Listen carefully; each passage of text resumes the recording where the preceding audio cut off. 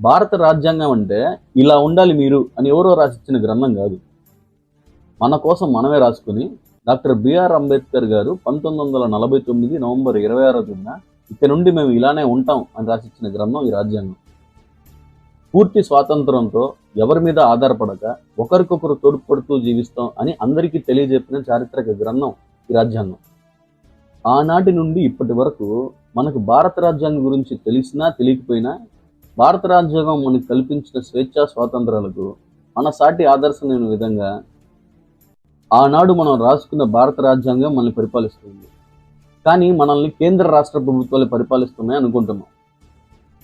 నిజానికి మనం తెలుసుకోవాల్సిన విషయం ఏంటంటే మనల్ని ఎంత మాత్రం కేంద్ర రాష్ట్ర ప్రభుత్వాలు పరిపాలించుకుంటుంది, మనల్ని మనమే పరిపాలించుకుంటున్నాం. అదే గణతంత్ర విధానం. మనం రాసుకున్న రాజ్యాంగం ప్రకారం మనకు పాలన సేవలు అందించడానికి భారత రాజ్యాంగంలోని 15వ విభాగం ప్రకారం ఎన్నికల కమిషన్ ప్రథమ పౌరుడు రాష్ట్రపతి గారి చేత నియమించుకుని ఆ ఎలక్షన్లను నిర్వహించగా గెలిచిన అభ్యర్థులను మనకు సేవలు అందించే మంత్రులుగా నియమించుకున్నాం.